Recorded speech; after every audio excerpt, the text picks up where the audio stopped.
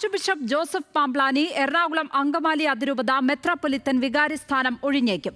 അതിരൂപതയിലെ പ്രശ്നങ്ങളിൽ നേരിട്ട് വിശദീകരണം ആവശ്യപ്പെട്ട് വത്തിക്കാൻ മാർ പാംപ്ലാനിക്ക് നോട്ടീസ് നൽകി. അതിനിടെ ബിഷപ്പ് ഹൌസിലെത്തിയ പാംപ്ലാനിയെ വിശ്വാസികൾ തടഞ്ഞുവെച്ചു.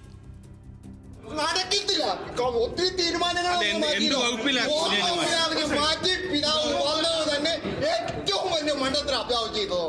വിമത വിഭാഗത്തോട് അനുഭാവം പ്രകടിപ്പിക്കുന്നുവെന്ന ആരോപണമുയർത്തി സിനഡ് അനുകൂലികൾ ഇത് രണ്ടാം തവണയാണ് മാർ ജോസഫ് പാംപ്ലാനിയെ അതിരൂപത ആസ്ഥാനത്ത് തടയുന്നത്.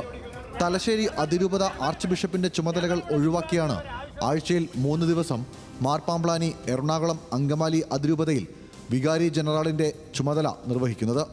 എന്നാൽ പാംപ്ലാനിയെ ഈ സ്ഥാനത്ത് നിന്ന് നീക്കുക, വിമത വിഭാഗത്തിനെതിരെ നടപടിയെടുക്കുക, ഏകീകൃത കുർബാന നടപ്പാക്കുക എന്നതാണ് സിനഡ് അനുകൂലികളുടെ ആവശ്യം.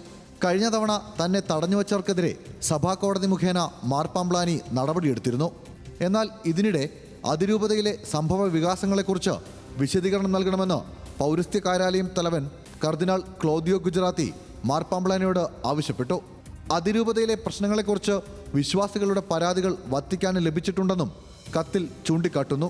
കത്തിന്റെ പകർപ്പ് ന്യൂസ് മലയാളത്തിന് ലഭിച്ചു. ഇതോടെ കടുത്ത സമ്മർദ്ദത്തിലായ ആർച്ച് ബിഷപ്പ് പാംപ്ലാനിയോട് സ്ഥാനമൊഴിയാൻ പെർമനന്റ് സിനഡും ആവശ്യപ്പെട്ടതായാണ് സൂചനകൾ. വത്തിക്കാൻ നിലപാട് കർശനമാക്കിയതോടെ കടുത്ത സമ്മർദ്ദത്തിലാണ് ആർച്ച് ബിഷപ്പ് ജോസഫ് പാംപ്ലാനി. എന്നാൽ ആകെ ഒരു ആശ്വാസം, കർദിനാൾ ഗുജറാത്തി അടക്കമുള്ളവർ മാർപ്പാപ്പയെ തിരഞ്ഞെടുക്കാനുള്ള കോൺക്ലേവിന്റെ തിരക്കിലായിരിക്കും എന്നത് മാത്രമാണ്. Anil George, news Malayalam, Kochi.